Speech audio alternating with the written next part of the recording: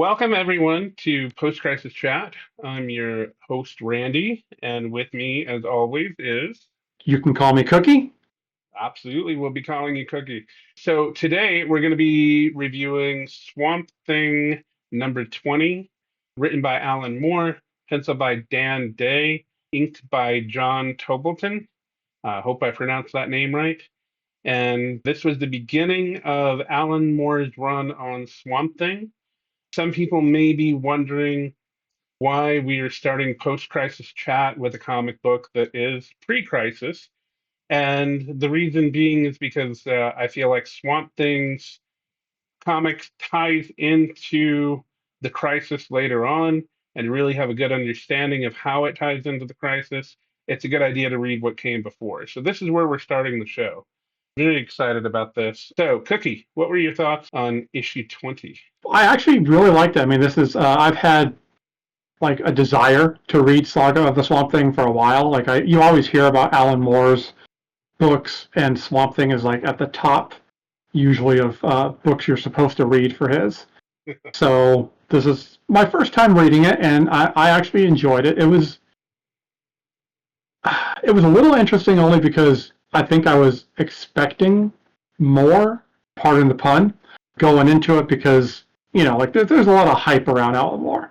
So this felt like you were coming in at the end of something. I agree. One thing I think they did really well in the issue was explaining that this arcane person named Arcane was his enemy, but they immediately killed his enemy in the first Alan Moore issue, which I think was maybe Alan Moore trying to close out on the previous writer's chapter, perhaps, and maybe make a note in the name for himself.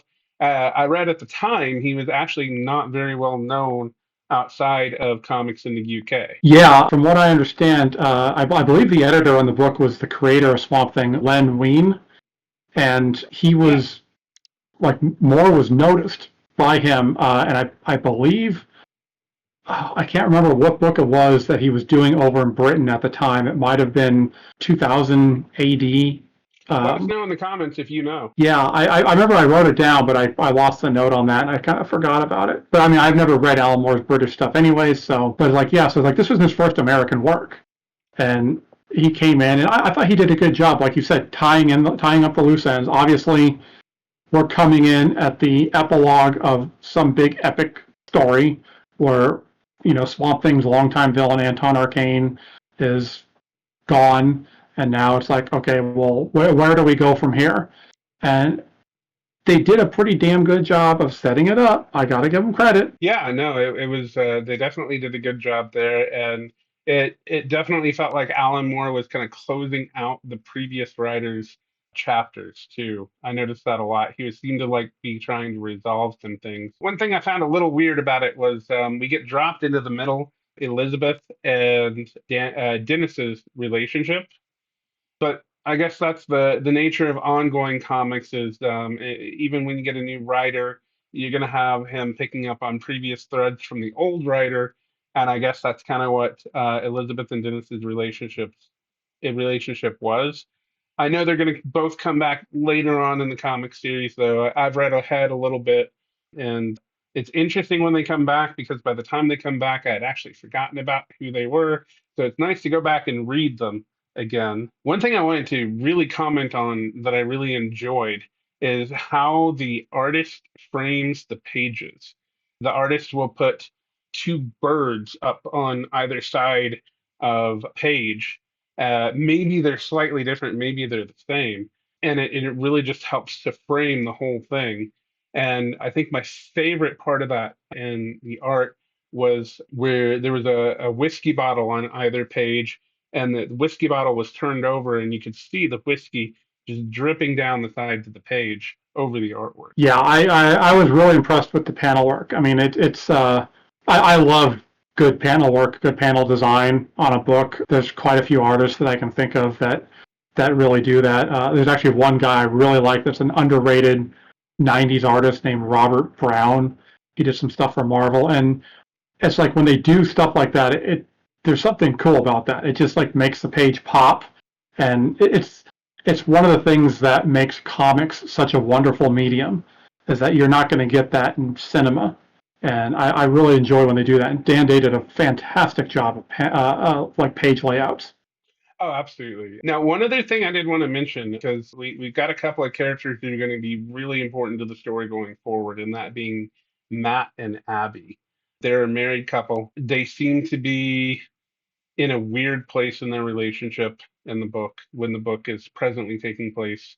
And it seems also that from the beginning, Alan Moore is painting Matt in a negative light. Did you notice that? Yeah, like Matt came off like a real kind of scumbag character, but like it like he just touches at it. Like he's just giving you little bits of it, kind of hinting like, okay, this guy's going to turn out to be just like a real piece of crap kind of person. And I don't know, like I think Matt is a character. I know Abby is, but I think Matt's a character that's from the previous Swamp Thing title, the original run. And reading that makes me kind of wonder, because I, like you said, you get a new creative team coming in, taking over a book, and they like to kind of go their own directions. Mhm. And so I just had this thought of like, how did the fans of the original Swamp Thing run, or even the previous story arc, how were they feeling about what Alan Moore was setting up? Like, That's a did they good like question. Matt? Yeah, if we've got any people who watching this who read this the first time around when it came out, and you were new to this at the time, please let us know down in the comments how you felt about Alan Moore taking over and what you thought of, at least the beginning of his run. One thing I did want to point out is a couple of things actually. When it comes to Matt and Abby's relationship, Abby really seems to already be pulling herself away from Matt at the beginning. And then also, they make it very obvious that Matt is a liar because you see him tell Abby something, and then you get his internal thoughts. And in his internal thoughts, he's thinking, "Oh, I'm not telling Abby the whole truth. I'm not telling her, everything I should be telling her." And then Abby leaves, and he does that weird thing where he it's weird and creepy. He starts watching like a ghostly stripper stripping on his hand. Like that was just a really weird moment for me. It was kind of I took it as that was supposed to be Abby, that it was like the image in his hand was actually supposed to be Abby dancing for him. So I think you see like a lot of villains do stuff like that. Interesting. I had not made that connection. I'm gonna have to go back and see if that's right. If I agree with you. And then the other weird thing is, it seems like almost out of nowhere we get someone who is in some kind of official capacity chasing the Swamp Thing. Yeah, I couldn't tell if it was just a evil corporation or the actual government, but it I was think I they think the character's name was like Sunderland. Yeah, and I think they called out that he's not actually in the government. Maybe I'm wrong. Let me know if I'm wrong down in the I, comments. yeah, like I couldn't get, but it felt like the government because like when you would go to Sunderland and his like corporation, uh, they all kind of had like almost like a military feel, military look. So it's like at the very least it was black ops. So Yeah, I'll give you that, definitely. And then the most interesting thing to me about the issue is, hey, I'm writing this book for the first time. Why don't I kill off the main character at the end of the first issue? Like the book is named after Swamp Thing. Let's kill him. He's dead at the end of the first issue. it's I always I mean like I get why they do that, and it is cool because it's that shock value of like, oh wow, okay, what's going to happen now? But I always kind of attribute it to like if you're watching a show, binging a show on Netflix or Amazon or something, and the show's like 5 years old, it's got 6 seasons, and then season 3 they kill off the main character, and they're like, are they going to come back? And you're sitting here like, well, there's 3 more seasons, so obviously they're coming back. Right, right. so so it's like the same thing. Like I said, it's like obviously they didn't bring Alan Moore in to just write this one comic and then that's the end of Swamp Thing. So you knew he's coming back, but like there is still that shock value of like, oh, okay, well, apparently Swamp Thing can die. Right.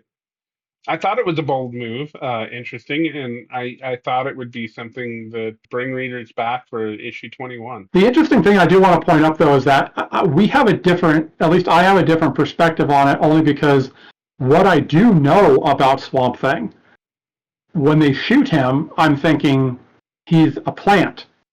So bullets aren't exactly going to kill this guy.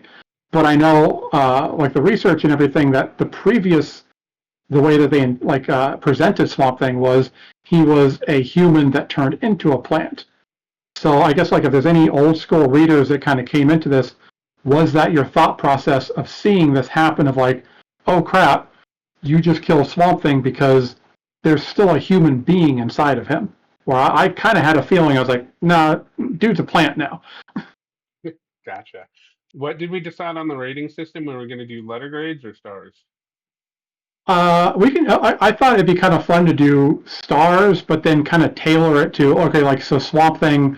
You could say like okay, like you brought up the whiskey bottle. You like that, so like today it would be like okay, 5 whiskey bottles, kind of thing. So like each thing would tie into the theme of the episode. Okay, we'll have to remember that going forward. All right, so Okay. Cookie, how would you rate this issue on a scale of 1 to 5 whiskey bottles? I would probably get this at about 2.5 or 3. It was good. It was a good setup. But to be honest, the thing that made it for me the most was the artwork. And when you read an Alan Moore comic book, I don't think you read it thinking, oh, the artwork is the best part. Typically, it's the story. Right, and I'm going to agree with you at the 3 whiskey bottles, and I'm going to say it gets a whole whiskey bottle for the art alone, maybe a whiskey bottle and a half. The story was good, but also the story was confusing in a few places. It's the nature of ongoing comics. It's going to happen when you have a new writer taking over. If you're starting with the new writer's run and you haven't been there from the beginning, you're going to be a little confused. It's okay that it happens. But yeah, the art was definitely the most solid piece for me. I noticed that in Swamp Thing 21, those framed pages went away. And I wasn't, I don't know that I noticed that the first time that I read it, but definitely coming into it and reading it the second time, I noticed their absence. Yeah, I mean, we'll get into that a little bit more next issue. But yeah, there was a shift in the art style, which is something that I understand. That's the industry that you will get a lot of fill-in artists. You will get a lot of swapping out of artists. I don't know if it's due to contracts or whatever it is behind the scenes. Maybe an overworkload or something.